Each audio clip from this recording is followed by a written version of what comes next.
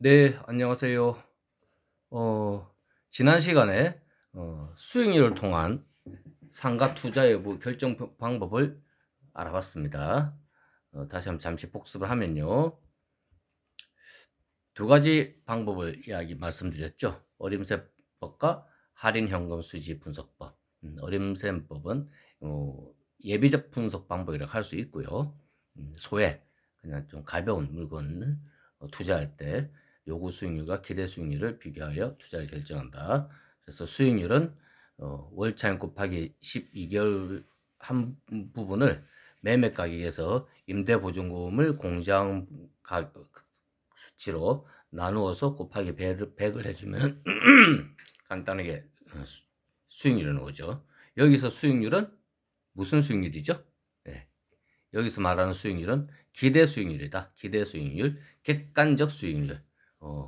뭐 사람이 소유자가 A든 B든 C든 간에 요 물건으로부터 나오는 수익률은 일정하죠, 그죠? 그래서 기대 수익률 또는 객관적 수익률이라고 합니다. 그래서 이 기대 수익률과 투자자가 요구하는 요구 수익률, 여기서 요구하는 것은 투자자 개인의 요구이기 때문에 주관적 수익률이라 그런다. 투자자마다 자기가 요구하는 수익률이 다를 수가 있죠, 그죠? 홍길동은 뭐 수익률 4%를 이야기할 수 있고요. 김갑동은 수익률을 5%를 요구할 수 있습니다. 그래서 투자자마다 제마다의 수익률이 있기 때문에 요거를 요구 수익률, 그리고 다른 말로 주관적 수익률이라고 그랬죠, 그죠? 근데 아주 직관적 계산으로는 빨리 유용하게 사용할 수 있지만 화폐 시간 가치가 고려되지 않고, 그다음에 미래의 현금 수지 변동이 고려가 안 된다는 단점이 있다고 말씀드렸습니다. 그다음에 두 번째는 할인 현금 수지 분석법이었죠. 일명 DCF법. 매기 영업 수지와 보유기간 만료 뒤 지분 복귀액을 현재 가치화 시켜서 여기서 나타나는 가치가 투자 가치, 연기에 매입할 때 드는 비용인 투입 금액을 비교하여 투자 가치가 더 크다면은 투자를 한다. 그리고 투자 가치가 내 투입 금액보다 작다면은 투자를 하지 않는다. 이렇게 설명을 드렸습니다. 자, 오늘은 이어서 아주 간략하게 어림셈법의 한 일종으로 보시면 됩니다. 간략하게 월세를 기준으로 매매가를 산정하는 방법을 알아보겠습니다. 여기 이제 300배, 400배의 법칙 한 번은 들여보셨을 거예요, 여러분들께서. 자, 월세를 기준으로 매매가를 산정하는 방법이다. 이게 이제 구분상가와 통상가로 나눠집니다. 구분상가의 경우에는 300배의 법칙이 적용되고요. 통상가의 경우에는 400배의 법칙이 적용이 됩니다. 이게 일단 먼저 설명을 해드릴게요. 예를 들어 구분상가부터 설명을 드리겠습니다. 300배의 법칙이 적용되는 구분상가. 예를 들어서 보증금 1억 원이고 월 차임이 500만 원일 경우, 500만 원, 월 차임 500이죠, 그죠? 이 500만 원에다가 300배를 곱해주는 겁니다. 그러면 5, 3, 15, 15억 원이 되겠죠, 그죠? 여기에다가 보증금 1억을 더하면은 16억 원이 나오죠. 그래서 월 차입에다 300배를 곱한 데서 300배의 법칙이다. 그러면 통상가 같은 경우는 400배의 법칙을 적용한다. 구분상가와 통상가는 여러분들 구분하시겠죠? 구분상가는 일정의 빌딩이 있는데 이 호실별로 소유주가 다 다르죠. 그래서 구분 등기가 만약에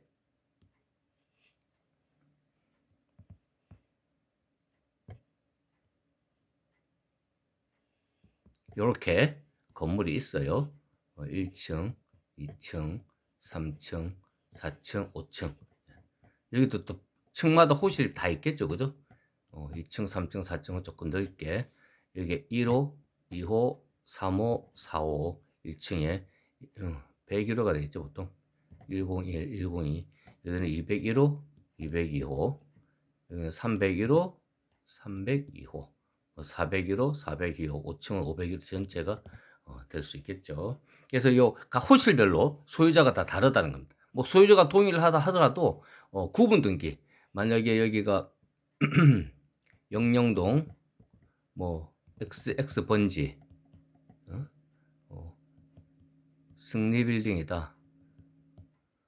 승리빌딩 101호 이렇게 102호 등기부등본이 구분되어서 소유권이 나타나는 경우 호실별로 이제 개별 물건이라는 거죠. 그죠? 이런 거는 구분상가라 그러고 이런 게 없어요. 호실 다 나와 있지만 승리빌딩 전체가 호실로 구분 등기되어 있지 않고 승리빌딩 자체가 자체 한 개의 등기부등만 존재할 때 그래서 이 건물 전체가 한 명의 소유자 1인 소유라는 거죠.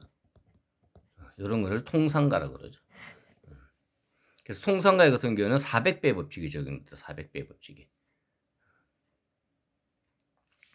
예를 들어 보증금 1억에 월 차임이 500만 원이에요. 동일하죠. 그죠? 근데 아까 구분상가는 곱하기 300을 했지만 월 차임에 통상가는 곱하기 400을 한다. 자, 500 곱하기 400 하면은 20억이 되겠죠. 그죠? 여기다 보증금 1억을 넣으면은 21억이 나온다. 똑같은 월 차임이 500에 보증금 1억인데 왜 통상가는 금액이 더 크게 나오고 구분상가는 금액이 더 적게 나오느냐. 그래서 이제 통상적으로 통상가 같은 경우에는요. 토지 가격의 상승분을 그대로 받는 거죠. 그래서 기본적인 수익률이 월 수익률을 뭐라고 했죠? 매월 받는 소득을 운영소득, 그죠? 운영소득. 그 다음에 나중에 매각할 때 받는 소득을 자본소득, 또는 자본이득 이렇게 이야기하죠. 그래서 여기 두 개가 합쳐서 수익률로 구성되죠. 지난 시간에 배웠던 DCF법하고 똑같습니다. DCF법도 뭐 여기 운영소득은 뭐 NO의 개념을 봐야 돼요. Net Operating Income. 자본이득은 지분 복격으로 봐야 되고요. 근데 이제 DCF법은 저당 이자 원금 DS, 뎁트 서비스를 빼고 그다음 세금까지 다 뺀 거고요. 자본소득도 지분 복귀 계산할 때 미상한 저당 잔금, 그다음에 매각에 따른 비용, 그리고 자본이득세, 양도소득세도 그죠? 그걸 다 뺀 지분 복귀액으로 계산한 게 이제 DCF법인데 300배, 400배 법칙은 일종의 어림셈법이기 때문에 운영소득 매기 발생하는 운영소득으로 보고요. 자본소득도 뭐 보긴 보겠습니다만 DS라든지 텍스를 고려하지 않은 소득으로 보게 됩니다. 그래서 통상가 같은 경우는 물론 건물은 감가상각에 대해서 건물 가치는 하락할 수 있지만 토지 가격은 시간이 흐를수록 상권이 좋아져서 토지 가격이 상승한다는 전제를 두죠. 통상적으로 그렇죠. 인플레도 있기 때문에 토지 가격은 우리나라 같은 경우는 시간이 흐를수록 입지가 좋은 지역들은 지속적으로 상승을 했다. 그래서 이제 통상가는 토지 상승분을 그대로 받는 거예요. 그죠? 근데 구분상가 같은 경우에는 이 건물이 구분되어 있기 때문에 땅을 내 지분만큼만 보유하는 거예요. 만약에 땅이 여기 땅이 있죠. 그죠? 땅이 여기 있는데 이 땅은 누구 소유예요? 이 땅에 쭉 올라있는 104호, 202호, 302호 소유로 볼 수가 없죠. 같은 땅 위에 올라가 있기 때문에. 그렇죠? 그래서 구분상가는 자기 땅의 위치를 지정할 수 없다는 거죠. 그래서 이거는 구분상가는 토지를 지분으로 보유한다. 내 땅이 어디다 단정 지을 수는 없고 그냥 전체 지분, 만약에 얘가 전평이다. 땅이 전평이면은 내 땅은 요 건물 소유 비율에 비례해서 땅에 지분을 갖게 되는 거죠. 그래서 분리해서 토지와 상가를 건물을 분리해서 상정할 수는 없는 거예요. 합쳐서 거래가 되고 그러기 때문에 토지의 가치 상승분을 그대로 받을 수가 없죠. 그래서 구분상가는 곱하기 300을 해서 300배 법칙을 적용하는 거고, 통상가는 토지의 가치 상승 비율을 그대로 받는다는 전제를 두고 그래서 400배 법칙을 적용하여 계산을 한다. 이렇게 이해하시면 되겠습니다.